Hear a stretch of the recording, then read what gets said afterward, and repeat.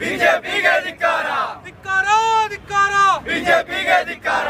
ವಿದ್ಯಾರ್ಥಿ ಜೀವನದಲ್ಲಿ ಚೆಲ್ಲಾಟ ಆಡ್ತಿರ್ತಕ್ಕಂಥ ಕೇಂದ್ರ ಸರ್ಕಾರಕ್ಕೆ ಧಿಕ್ಕಾರ, ಧಿಕ್ಕಾರ, ಧಿಕ್ಕಾರ, ಧಿಕ್ಕಾರ, ಧಿಕ್ಕಾರ, ಧಿಕ್ಕಾರ.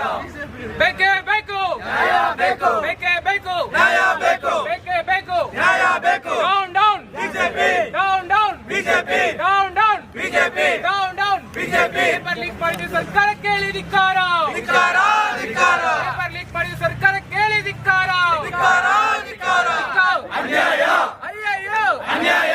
ವಿದ್ಯಾರ್ಥಿ ವಿರೋಧಿ ಕೇಂದ್ರ ಸರ್ಕಾರಕ್ಕೆ ಹೇಳಿ ಧಿಕ್ಕಾರ, ಧಿಕ್ಕಾರ, ಧಿಕ್ಕಾರ. ವಿದ್ಯಾರ್ಥಿ ವಿರೋಧಿ ಬಿಜೆಪಿ ಸರ್ಕಾರಕ್ಕೆ ಹೇಳಿ ಧಿಕ್ಕಾರ, ಧಿಕ್ಕಾರ.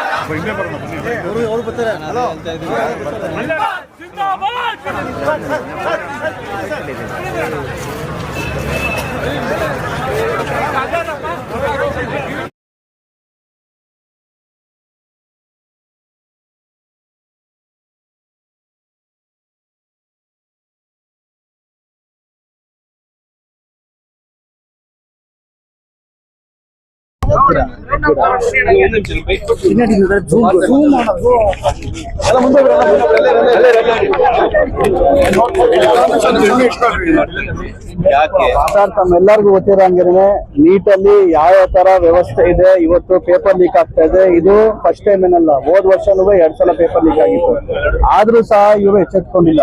ಈ ವರ್ಷನೂ ಸಹ ನೀಟ್ ಪರೀಕ್ಷೆನ ಏನು ಕ್ವಶನ್ ಪೇಪರ್ ಇದೆ ಅದು ಲೀಕ್ ಆಗಿದೆ. ಅದ್ರ ವಿರುದ್ಧ ನಾವು ಪ್ರತಿಭಟನೆ ಮಾಡ್ತಾ ಇದೀವಿ. ವಿದ್ಯಾರ್ಥಿಗಳಿಗೆ ಬಹಳ ತೊಂದರೆ ಆಗ್ತಾ ಇದೆ. ಮೆಡಿಕಲ್ ಸ್ಟೂಡೆಂಟ್ಸ್ ಅವರೆಲ್ಲರೂ ಅವ್ರದೇ ಆದಂತ ಪ್ರೆಷರ್ ಇರುತ್ತೆ, ಒತ್ತಡಗಳಿರುತ್ತೆ. ಇದ್ರ ನಡುವೆ ಇವರು ಕ್ವಶನ್ ಪೇಪರ್ ಲೀಕ್ ಈ ತರ ಮಾಡೋದಾದ್ರೆ ಸರ್ಕಾರ ಎಷ್ಟು ಬದ್ಧವಾಗಿದೆ, ಇವ್ರು ಯಾವ ರೀತಿನಲ್ಲಿ ವಿದ್ಯಾರ್ಥಿ ವಿರೋಧಿಗಳಿದ್ದಾರೆ ಅಂತ ನಮ್ಗೆ ಗೊತ್ತಾಗ್ತಾ ಇದೆ. ಆ ನಿಟ್ಟಿನಲ್ಲಿ ನಾವು ಕೇಂದ್ರ ಸರ್ಕಾರದ ವಿರುದ್ಧ ನಾವು ಇವತ್ತು ಪ್ರತಿಭಟನೆ ಹಮ್ಮಿಕೊಂಡಿದ್ದೀವಿ. ಸರ್, ಇವತ್ತು ನಾವು ನ್ಯಾಟ ಅಂತ ಒಂದು ಸಂಸ್ಥೆ ಏನಿದೆ ಅದನ್ನ ರೋಲ್ ಬ್ಯಾಕ್ ಮಾಡಿ ಅದರಿಂದನೇ ಇದಂತ ಸಮಸ್ಯೆ ಆಗ್ತಾ ಇರೋದು. ಅದನ್ನ ಆ ಏಜೆನ್ಸಿನ, ಟೆಸ್ಟಿಂಗ್ ಏಜೆನ್ಸಿನ ನೀವು ಬ್ಯಾನ್ ಮಾಡಬೇಕು. ಅಥವಾ ನಮ್ಮ ಸ್ಟೇಟ್ ಆದ CET ಏನಿದೆ ಅದನ್ನೇ ತಾವು ಲಾಗು ಮಾಡೋದಾದ್ರೆ ನಮ್ಮ ರಾಜ್ಯದ ಜನ ಅತಿ ಹೆಚ್ಚು ವಿದ್ಯಾರ್ಥಿಗಳಿದ್ದಾರೆ. ಕರ್ನಾಟಕ ಆಗಿರ್ಬೋದು, ಬೆಂಗಳೂರು ಎಜುಕೇಶನ್ ಹಬ್ ಅಂತಾನೆ ಹೇಳ್ಬೋದು. ನಮ್ಮಲ್ಲೂ ಸಾಕಷ್ಟು ಜನ ವಿದ್ಯಾರ್ಥಿಗಳಿದ್ದಾರೆ. ಅವ್ರಿಗೆ ಇಲ್ಲೇ CET ಮಾಡೋ ಮುಖಾಂತರ ಹಲವಾರು ವಿದ್ಯಾರ್ಥಿಗಳಿಗೆ ನ್ಯಾಯ ಸಿಗುತ್ತೆ.